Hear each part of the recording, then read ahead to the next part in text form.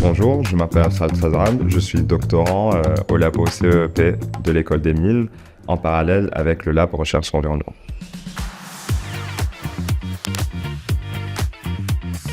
Mon sujet de thèse porte sur l'intégration du concept des limites planétaires dans les études d'analyse de cycle de vie des bâtiments et des quartiers. Donc ce qui est fait aujourd'hui, c'est l'analyse de cycle de vie comparative. On étudie plusieurs variantes d'un bâtiment et on dit que celle-là est meilleure que celle-là d'un point de vue environnemental. Ce qu'on aimerait faire, c'est de passer vers une évaluation environnementale dite absolue. Donc on utilise le concept des limites planétaires pour allouer une partie du budget environnemental planétaire au bâtiment et voir si notre bâtiment respecte cette part du budget. Le concept des limites planétaires a été défini en 2009.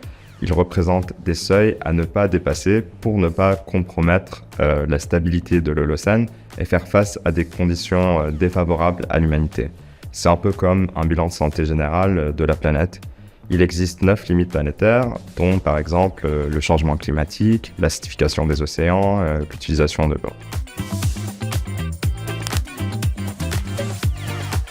Les deux points principaux que je vais traiter dans le contexte de ma thèse sont d'abord les aspects de temporalité. Donc les bâtiments représentent un produit qui dure longtemps. Donc comment prendre en compte l'évolution du bâtiment, du climat, de l'économie dans l'élaboration des budgets environnementaux de ces bâtiments. Le deuxième point concerne les aspects de régionalisation. Donc comme on le sait, il y a des limites planétaires qui ont un aspect assez régional et qui ne sont pas traités de la même manière partout dans le monde, comme par exemple l'utilisation de l'eau. Donc l'idée, c'est de créer des budgets qui prennent en compte les contraintes spécifiques régionales de la limite. L'objectif final est d'intégrer tout ce travail dans un outil d'éco-conception des bâtiments et des quartiers.